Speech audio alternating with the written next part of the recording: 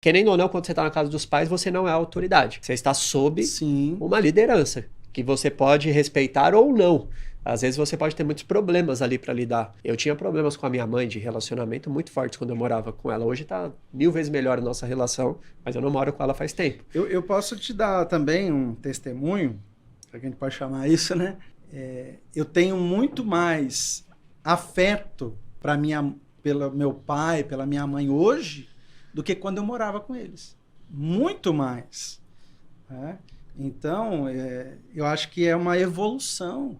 O ser humano precisa disso para evoluir até nos seus afetos. Né? Afetos que seriam primários, que é o seu afeto pelos seus parentes. Então, eu acho que isso é muito saudável, cara. Muita gente acha que eu preciso morar com meus pais para honrar os meus pais. Não necessariamente. Não necessariamente. Eu acho que é até o contrário. Então, como meu pai e a minha mãe se sentirão honrados quando eu manifesto e demonstro uma vida bem-sucedida? Eu creio que esse seria o ápice de honrar o pai e a mãe. Então, quando você evolui, quando você cresce, quando você amadurece, quando você dá bons frutos, eu acho que você está honrando os seus pais. Inclusive, se eles não estiverem presentes, né,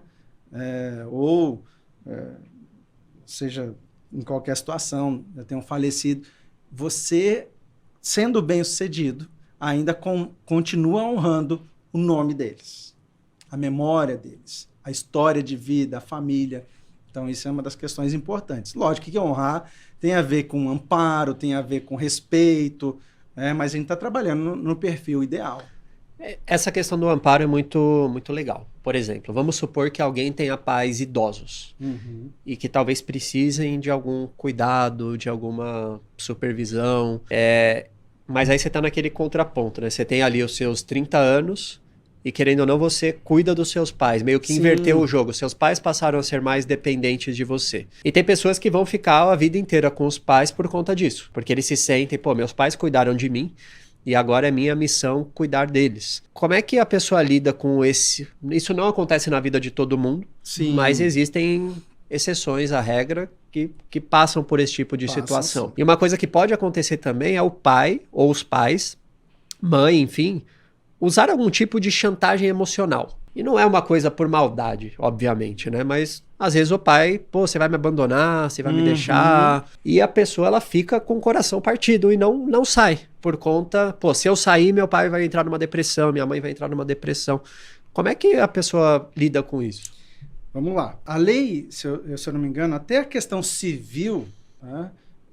Traz essa questão da exceção, que é antigamente chamado de arrimo. O que é o arrimo?